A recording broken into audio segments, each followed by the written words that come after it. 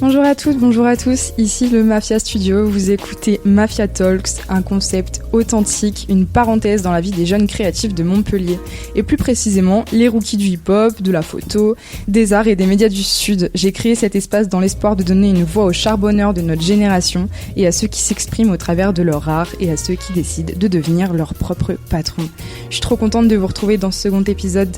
La semaine dernière, on était avec Blinky et aujourd'hui, je vous parle en direct de l'atelier Détour 6. Et si vous ne savez pas ce que c'est ni où ça se trouve, vous n'allez pas tarder à le découvrir. J'ai le plaisir de vous présenter Anaïs. Anaïs, comment ça va ? Ça va très bien. Et toi ? Ça va bien, merci, c'est gentil. Je te remercie d'avoir accepté de venir discuter avec moi. Ça fait toujours plaisir, c'est du temps, c'est de l'investissement, donc je suis trop contente. Aujourd'hui, on est là pour découvrir ton univers, mais plus précisément pour découvrir un peu ce qui t'a mené, toi, à la création de bijoux et en l'occurrence plus précisément de bagues.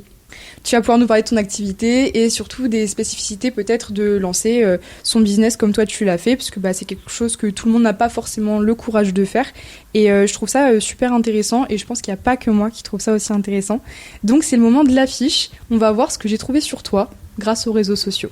Si jamais je me trompe, tu me corriges, ouais. Mais en tout cas, j'ai pas triché, j'ai pas demandé d'infos à qui que ce soit qui te connaisse. J'ai pas de page Wikipédia encore, donc c'est chill. Donc sur ta fiche, j'ai noté quelques trucs. Tu vis à Montpellier, tu as un Instagram qui est nommé détour6, @détour.6. Est-ce que tu dis détour 6 ou détour 6 ? Ça dépend. Des fois détour 6 et des fois détour 6. Et je sais pas trop pourquoi. Ça dépend de mon mood, je suppose, je sais pas. Ça dépend de la vibe du jour. Très bien, c'est adaptable alors, je retiens. Tu as aussi un site web qui est nommé détour6.bigcartel.com pour ceux qui veulent aller checker, sur lequel on peut retrouver tes créations. Tu travailles seul l'argent recyclé dont sont faits tes bijoux, il me semble, de l'argent 925. 925, tout à fait. Parfait. Donc en fait, déjà qu'on s'imagine quelqu'un de manuel, quand on pense à la création de bijoux, en plus j'ai découvert que tu faisais de la linogravure. Et tu as également fait une collab avec la boutique montpelliéraine Maison Close sous forme de workshop. Et je crois que c'est à peu près tout ce que j'ai pu trouver sur toi. Est-ce que maintenant, tu peux te présenter aux auditeurs avec tes mots ? Du coup, je m'appelle Anaïs, j'ai 26 ans. Je vis à Montpellier là depuis 6 mois maintenant. Et je fais des bijoux, et voilà quoi. Pourquoi Détour 6 ? Alors, Détour, pour le coup, on va revenir sur la linogravure. J'étais en école d'art appliqué à Nantes. Il y a 3 ans maintenant, et on avait un projet en lino à faire. On devait faire une petite typo de 5 mots et caler un truc et tout. Et c'est à peu près à ce même moment-là que j'ai commencé à vouloir vraiment me lancer dans les bijoux. J'en faisais depuis quelques temps, mais c'était rien de concret. Et j'avais pas vraiment d'identité visuelle, on va dire, entre guillemets. J'avais pas vraiment d'idée pour le nom. Et du coup, je me suis juste servi de la lino que j'ai fait pour les cours, pour les bijoux, quoi. Pour les auditeurs qui aimeraient bien voir à quoi ça ressemble, je vous laisse aller sur mon Instagram, @mafiastudio, avec un 0 à la place du O. Et vous pourrez retrouver quelques images de ce que fait Anaïs, ainsi que son Instagram que j'ai cité au début, qui est @détour.6. On a parlé de linogravure un tout petit peu. Je sais que c'est pas le plus gros de ton activité, mais est-ce que tu nous expliques en quelques mots Ouais, grave. La lino, c'est quelque chose que j'avais expérimenté toute seule aussi, via un truc que j'avais vu sur Instagram, je pense. Et puis que j'ai retrouvé pendant mon année de prépa en art, là. Et qui m'a grave fait kiffer et je trouve que c'est hyper pratique. J'aime trop le côté artisanal dans toutes les pratiques et avec la lino c'est un truc que tu peux vraiment retrouver et du coup je m'en sers pour mes petites cartes de visite ou à un moment je voulais même printer sur mes petits sachets les petits sachets en lin là que je mets. J'ai vu sur Instagram, t'as pas fait quelques essais ? J'avais fait des essais et en fait je pense qu'il faut une encre à textile et là j'ai pas une encre à textile et, vu que c'est des trucs assez secondaires pour l'instant, voilà, mais je pense qu'il y a d'autres trucs qui vont venir niveau lino. On reste connecté alors du coup. On reste connecté. Maintenant qu'on te connaît un peu plus, on va pouvoir creuser un peu, parce que faut un sacré courage quand même pour se lancer publiquement dans un domaine créatif, c'est pas toujours pris au sérieux, et surtout sur un modèle de small business, si je peux appeler ça comme ça. Est-ce que le milieu dans lequel toi t'as grandi, il était favorable à la création artisanale ? J'ai des parents profs, on va dire, mais qui m'ont toujours vachement poussée, qui m'achetaient plein de kits de trucs manuels pour faire des savons, des bougies. J'avais des crayons aquarellables. Ma mère, elle adore tout ce qui est manuel et créatif et du coup, c'est un truc qu'elle a toujours beaucoup aimé et du coup, elle nous a vachement mis là-dedans, moi en tout cas. Et c'est une voie dans laquelle j'ai été grave encouragée. J'ai mis du temps à trouver ma voie. Donc j'ai eu la chance d'avoir des parents qui me supportent à ce niveau-là. Et justement, tu dis que tu as mis du temps à trouver ta voie. Moi, je voulais savoir comment tu t'étais formée. Quel est ton parcours ? Pour ce qui est des bijoux, je suis totalement autodidacte. Je pense qu'un jour, je ferai une formation, j'aimerais bien. J'avais essayé de faire un CAP d'ailleurs il y a 2-3 ans maintenant. Mais les CAP en France, déjà, il faut savoir que c'est 5000 balles quand tu as le bac et tout ça, que c'est une formation en tant qu'adulte en gros. Et faut trouver en joaillerie un maître de stage qui a un établi à te passer. Enfin, il y a beaucoup de prérequis en fait qui sont hyper durs à regrouper. Et moi, j'ai juste pas trouvé de stage. Du coup, j'ai pas pu faire le CAP. Oui, donc finalement, en fait, c'est très peu accessible. C'est assez peu accessible, je dirais. Après, j'ai pas envie de décourager les gens. Je pense que c'est faisable parce qu'il y a plein de gens qui le font. Et il y a plein d'autres écoles. Il y a l'école Boulle, il y a une super école à Saumur, dont je me rappelle plus du nom, qui je pense sont plus faciles à... Enfin, pas plus faciles, mais qui sont plus... Il n'y a pas de stage, quoi. J'allais dire c'est plus facile d'une certaine manière et en même temps, va rentrer à l'école Boulle, tu vois. Pour mon expérience, j'ai fait une terminale art plastique et je me suis retrouvée avec beaucoup d'élèves autour de moi, de camarades de classe, qui voulaient en effet rentrer dans des grandes écoles et c'était des filles qui se tuaient à la tâche, tu vois, et avoir la moyenne alors qu'elles étaient hyper douées, c'était déjà genre hardcore, tu vois. J'entends ce que tu dis, c'est une manière de se former. Par contre, je trouve pas que ce soit si accessible que ça, en fait. Non, c'est pas accessible. Enfin, moi, en tout cas, j'ai essayé, mais c'est que j'ai pas l'impression d'avoir essayé à mort pour pouvoir avoir un jugement qui soit objectif. Et sinon, il y a plein de formations en ligne, tout ça, que je regarde, et je pense que je ferai... je suis pas du tout fermée à l'idée de faire une formation un jour. Je pense que j'ai encore des choses à apprendre, et... Enfin, on a toujours des choses à apprendre. Ok, trop bien. Tu voulais faire quoi comme métier quand t'étais petite ? Alors, trop drôle. Au collège et tout, je voulais être genre vétérinaire, des trucs comme ça. Mais quand j'étais toute petite, mes parents étaient expatriés et on vivait au Ghana, à Accra. Et il y avait le club de perles le jeudi après-midi. Du coup, je faisais des super colliers de perles parce qu'au Ghana, ils soufflent le verre et ils font des grosses perles en verre qui sont vraiment trop belles et tout. Et du coup, on faisait un atelier de perles, on se faisait des colliers, des trucs. Et moi, j'adorais ça. Et je disais toujours que je voulais être dame de perles. C'est trop drôle que je me retrouve à faire des bijoux... quelques années plus tard, quoi. L'appellation est vraiment hyper mignonne, j'adore. Dame de perles. Et j'aimerais bien savoir à peu près quand est-ce que tu as commencé ? Alors, j'ai commencé pendant le premier confinement, en vrai. Le premier contact que j'ai eu, je vais dire, avec le fait de faire mes propres bijoux, j'étais partie en Indonésie et j'avais fait un stage à Ubud, là-bas c'est une ville de silversmith, ils appellent ça, où du coup ils travaillent vachement l'argent et en fait t'as plein d'ateliers ouverts où tu peux venir faire tes propres créas. C'est là que j'ai fait la bague, celle-ci en fait. C'est une pièce de sixpence que j'avais trouvée au Royaume-Uni, où je vivais à l'époque, et je la portais autour du cou et je voulais grave une bague style un peu louis d'or au doigt, mais du coup en argent et avec un sixpence. Et il se trouve que c'est un 6 comme des tours 6. Et elle se fait de la com en plus. Ça n'existait pas encore du coup des tours 6, ça c'était bien avant. Pour ceux qui veulent vraiment visualiser, elle a très très bien décrit. C'est un anneau très fin avec une pièce de sixpence vraiment soudée dessus. Sertie dessus. Pardon, excusez-moi. Et première expérience avec la main mise sur les métaux, le chalumeau et tout ça, c'était en Indonésie. Je dirais une année plus tard, confinement. Et en fait, je portais beaucoup de bagues, mais il y avait pas mal de modèles que je voyais pas et que j'avais envie d'avoir, quoi. Et, enfin, je faisais des petits dessins, des petits trucs à l'époque, et je me suis dit, ok, en fait, je vais me faire mes bagues. Donc à la base, c'était pour moi. Du coup, j'ai commandé un petit kit, je sais plus, sur un petit site où en fait, après, tu renvoies ta cire, ils te la fondent, machin. Et en fait, j'ai trop kiffé. Et du coup, j'ai recommandé de la cire, plus d'outils, plus de machin, et j'en ai vendu. Et j'en ai fait je les ai proposés en tout cas. Et j'en ai fait. En fait, je me suis rendu compte que je voulais faire ça, quoi. Est-ce que quand on est jeune et qu'on ouvre un petit business comme ça, on s'attend à avoir beaucoup de clients ou pas ? Bonne question. Je pense qu'on espère que oui et en même temps que non. Je sais pas si ça fait sens. Moi, perso, je suis une personne plutôt anxieuse. Malgré l'envie de faire un truc, de voir mes créations sur les gens, que les gens kiffent, que ça leur fasse plaisir et tout, il y a aussi toute la pression de satisfaction, de répondre à la demande, qui est pas de... Enfin, ça reste de l'artisanat, donc... Comme aujourd'hui, on en parlait tout à l'heure en off, il y a tous les trucs AliExpress, machin, qui proposent des trucs limite faits à l'imprimante 3D, qui sont censés être artisanaux, mais qui le sont en réalité pas du tout. Ça peut mettre une pression par moment, je trouve. Du coup, j'espérais que j'aurais des clients, mais pas non plus trop. Que ça resterait un petit truc à taille humaine, quoi. Comment on fait si on est ambitieux, mais que tu as un entourage conventionnel ? Donc, par exemple, que tu n'es pas entouré à la base d'amis qui ont envie de créer, qui ont envie d'être indépendants, qui ont envie d'ouvrir leur petit business. Est-ce que toi, tu as réussi à t'entourer de gens comme ça? Est-ce que ça t'est tombé dessus tout seul? Je pense que inconsciemment, j'ai dû m'entourer de personnes créatives. Alors moi, c'est marrant parce qu'au lycée, j'ai vraiment fait un bac L.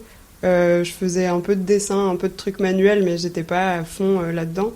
J'ai fait quelques essais d'année de fac avant de faire une première année d'école d'art. Mais je pense que moi, j'ai personnellement souffert d'un truc un peu du syndrome de l'imposteur, tu vois, parce que vu que j'en avais pas vraiment fait avant, que j'avais toujours eu un truc un peu créatif et que j'aimais bien tout ce qui était manuel et tout, mais que j'avais jamais réellement concrétisé le truc dans une discipline, on va dire, et bah j'ai galéré à me sortir de ça, mais je pense que tous mes potes sont... Tous, non, mais la plupart sont dans la créa, que ce soit littéraire ou autre chose, tu vois, enfin... Du coup, en fait, juste t'es entouré, toi, c'est venu naturellement parce qu'en fait, t'as grandi là-dedans. Mais si quelqu'un devait le faire, en vrai, essayez de vous entourer de gens qui créent aussi et de pas vous faire décourager par les gens derrière. Mais c'est grave facile à dire. Mais restez focus et essayez, quoi. Donc Anaïs, j'aimerais bien savoir quelles sont tes à faire et à ne pas faire quand on veut lancer son business. Pour moi, j'ai commencé sur Instagram. Du coup, je pense que je vais tacler cet aspect-là du truc. Et Instagram, c'est trop cool, c'est un super outil pour plein de trucs, pour se mettre en avant, en fait même pour découvrir plein d'autres artistes qui font des trucs similaires, etc. Et c'est hyper important d'échanger, de s'inspirer, de regarder, etc. Mais il faut faire attention à pas tomber dans un truc de comparaison qui peut vite devenir nocif en fait et contre-productif même, dans le sens où moi j'ai eu des phases de semaines où je sais pas, je regardais des artistes qui font de la fontassière perdue, de la joaillerie et tout, que j'aimais beaucoup. En fait, juste, ça me crée un genre de complexe. Voilà, faire attention à s'inspirer, à échanger et tout, trop bien, mais essayer de rester conscient de ça et de pas tomber dans la grosse comparaison qui fait mal. Pour rien. Justement, tu parles de comparaison. Est-ce que, cette fois dans le bon sens du terme, il y a des créateurs qui t'ont donné envie de créer tes propres bijoux? Oui. Il y a une londonienne. Son profil Insta, c'est Louise Note Vuitton, qui travaille beaucoup l'argent, qui, elle, intègre vachement de pierres semi-précieuses et qui est aussi autodidacte. Et en fait, j'avais lu, quand je vivais au Royaume-Uni, dans le magazine, c'est un magazine qui s'appelle Crack, c'est un petit truc qui distribue dans la rue, c'est gratos, ça met en avant plein d'artistes et tout, et j'avais lu une de ses interviews, j'avais checké son taf et j'avais trop kiffé. Qu'est-ce que tu dirais à la toi qui ne savait pas ce qu'elle voulait faire plus tard? Patience. En vrai, non, patience de ouf. Et puis, juste, ça va venir. Et si ça vient pas, c'est aussi OK. On peut changer plein de fois, on peut tester plein de trucs. Je pense qu'on se sort doucement. Enfin, ça, c'est une conversation que j'ai même avec mes parents. En fait, on se sort doucement de ce truc où il faut arriver dans une profession et gravir les échelons, etc. C'est OK de changer, de shifter. Et puis, ça viendra ou ça viendra pas. Et c'est cool. On va parler cash. On va parler de moula, on va parler de monnaie, on va parler d'argent parce que c'est un sujet qu'on n'aborde pas beaucoup en France. Mais je veux pas faire la meuf là-dessus, c'est pas genre on n'en parle pas en France, c'est tabou, donc moi j'aborde le sujet. Non, c'est ce que je disais aussi dans le premier épisode. En fait, quand moi j'ai voulu me lancer, j'ai demandé des conseils à plein de gens et j'ai eu plein de conseils sur... un peu les idées qu'il fallait que je trouve, le fait qu'il fallait que je fasse un business plan, machin. Personne ne m'a jamais donné une somme. Personne ne m'a jamais dit il te faut ça pour commencer. Il faut faire un prêt. Il faut mettre de l'argent de côté pendant tant d'années. Personne raconte quand ils ont commencé leur petit business ou justement quand ils ont commencé la musique ou ils ont commencé leur art. Ils disent jamais est-ce que tu avais 50 balles en poche? Est-ce que tu avais un héritage? Est-ce que tu vois? Et c'est une question que je me pose. Donc qui fait la diff. Bien d'accord. Et donc, pour commencer par la base, j'aimerais bien savoir comment tu décrirais ton éducation financière. Moi, je dirais que j'ai une famille qui était plutôt à l'aise, mais on m'a vite inculqué la valeur de l'argent et genre le fait qu'il fallait taffer, etc. Est-ce que tu as pu te permettre de financer une école? Est-ce qu'on peut revenir sur ce point-là? Alors, pour mes études, moi j'étais à la fac j'ai fait genre 2 ans de fac qui m'ont abouti à rien. Et après, j'ai fait une école privée pour laquelle j'ai fait un prêt étudiant qui va me faire bien mal à base de 300 balles par mois dans 2 ans. Donc, acheter mes bagues. Non, Et bien justement, est-ce que... Justement, ça rejoint hyper bien ce que je voulais dire. Est-ce que tu es plutôt du genre à être motivé à financer tes projets dès le début, ou est-ce que tu es plus du genre à faire des plans sur la comète, sans te soucier de l'argent, jusqu'au jour où tu as vraiment besoin d'y réfléchir? C'est-à-dire, quand tu as commencé, est-ce que tu étais en mode, alors non, je vais faire ça, ça, ça, ou est-ce que tu as fait, tu sais quoi, je vais y arriver, on sait pas où il est l'argent, mais on va y aller? Deuxième option. Deuxième option. Vraiment, je pense que je suis quelqu'un de... C'est pas pour dire dépensier, parce que c'est assez... Financièrement spontané. Voilà, financièrement spontané, grave. Non, mais c'est juste, je sais pas, je me dis, c'est cool, genre ça va le faire. En fait, ça... En plus, dans la créativité, sans vouloir être cringe, je pense que dès que tu commences à penser à tout l'aspect business, machin truc, ça peut vraiment te kéblo. En plus, pour le coup, il y a des coûts assez conséquents dans ce que je fais, juste la production, les fontes. Pour l'instant, je passe par des fonderies d'art et tout, donc j'ai quand même des gros frais sur mes créations, tu vois, mais il y a des moments où je vais pouvoir produire plus qu'à d'autres. J'aurais pas envie que ce soit un truc trop carré non plus. Voilà. Et du coup, comment t'as fait pour démarrer financièrement? Alors, j'ai eu la chance... Je vivais au Royaume-Uni, du coup, il y a eu le confinement, et je sais pas comment ça s'est passé en France, mais moi je taffais dans un genre de skate shop de sap un peu à Bristol qui s'appelle Couchety. Big up. Et en fait, au Royaume-Uni, quand il y a eu le confinement, je sais plus, ils ont mis un truc en place où en fait t'étais payé 80% de ton salaire dès le premier mois. Et du coup, en fait, je taffais pas. En plus, j'étais avec un gars à l'époque, on était rentrés chez ses parents qui du coup nous logeaient, enfin on participait aux courses, tu vois, ce genre de trucs basiques, mais du coup j'avais pas de réelles dépenses. C'est les sous de la paye des confinements qui m'ont lancé. Et finalement, ça a été ta première occasion de vraiment mettre de côté sans y faire attention. Ouais. Le matériel, la pub, les locaux, comment tu t'es organisé toi pour financer tout ça aussi? Est-ce que t'as mis un budget dedans déjà? Pareil, en fait, ça s'est fait au fur et à mesure de ouf. J'ai acheté... Au début, j'avais vraiment un starter pack à base de lime et de papier ponce, tu vois. Avec le temps, je me suis acheté une Dremel, je me suis acheté les produits pour polir, je me suis acheté... Je pense que j'ai fait des investissements sur 2-3 ans. Plus ça, plus du coup, les frais de fonderie, les frais de port, les machins. À côté de la création de bijoux, est-ce que tu travailles? Oui, pendant un moment, là, je travaillais chez Maison Close.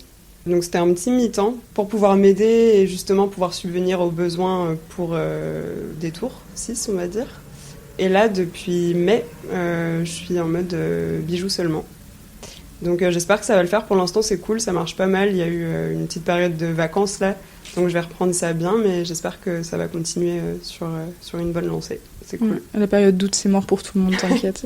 Par contre, c'est génial, c'est hyper intéressant de savoir que finalement...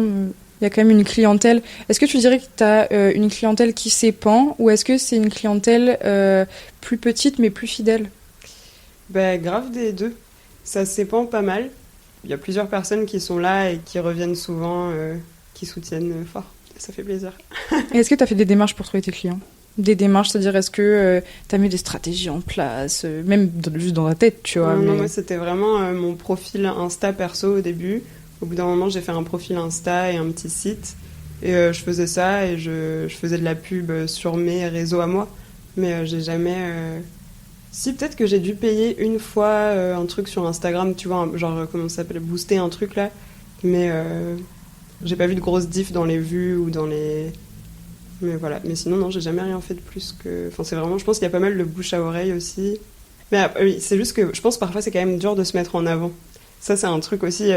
les gens sont là genre oui mais parle, il faut se vendre entre guillemets. C'est un truc que les ricains arrivent trop bien à faire en France. Enfin en tout cas tous mes potes qui sont dans la création, enfin mon copain fait du tatouage et c'est un truc il le met en avant maintenant, mais ça a été un long process et je vois ça pour tellement de personnes.